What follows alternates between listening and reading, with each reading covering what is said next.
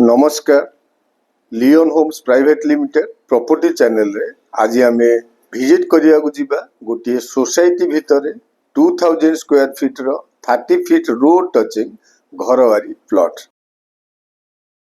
सो Bhubaneswar Khordha national highway रे गोहिरिया छक end से गोहिरिया छकर लेफ्ट हैंड साइड रे रहिला रेतंग रेलवे स्टेशन को रास्ता। आमे से रेतंग रेलवे स्टेशन रोड रे एंट्री करूचंती टुवर्ड्स आवर डेस्टिनेटेड प्लॉट।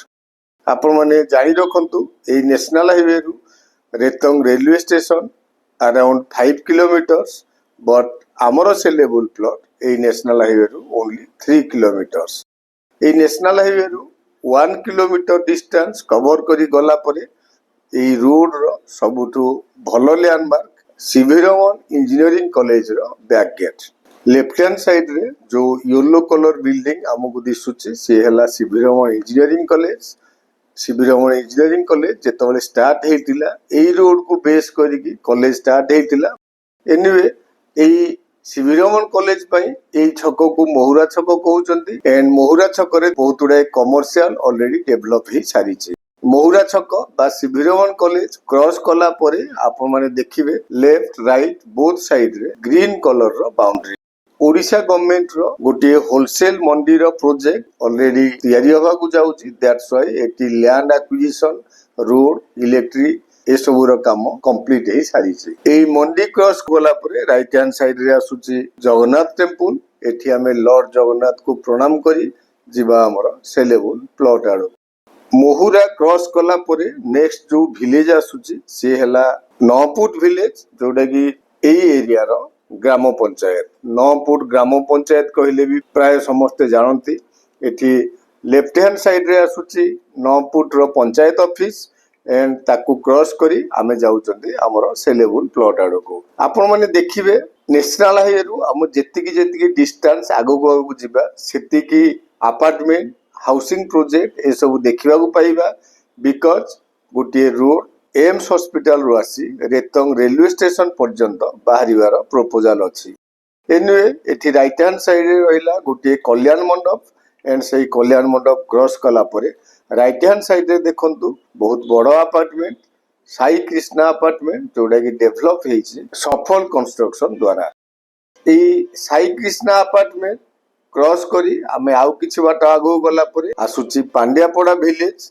सेही पांड्यापड़ा विलेज रे आमे देखिबा को पाइबा ए साई कृष्णा रु आउरी बड़ अपार्टमेंट अनंत विला अपार्टमेंट जोडा की कंस्ट्रक्ट हेछि केएन बिल्डर्स द्वारा। एनीवे सेही अनंत विला अपार्टमेंट क्रॉस कला परे राइट हैंड साइड रे देखंतु बीआईटी कॉलेज बा भुवनेश्वर पॉलिटेक्निक कहले प्राय समस्त जानती। ए भुवनेश्वर पॉलिटेक्निक कॉलेज क्रॉस करी मात्र अल्प किछि बाट आगो गला परे राइट हैंड साइड रे देखंतु बहुत गुडे डुप्लेक्स आपण मानकु देखिया को मिलिबो जोडा की डेवलप हेछि लियोन होम्स प्राइवेट लिमिटेड द्वारा।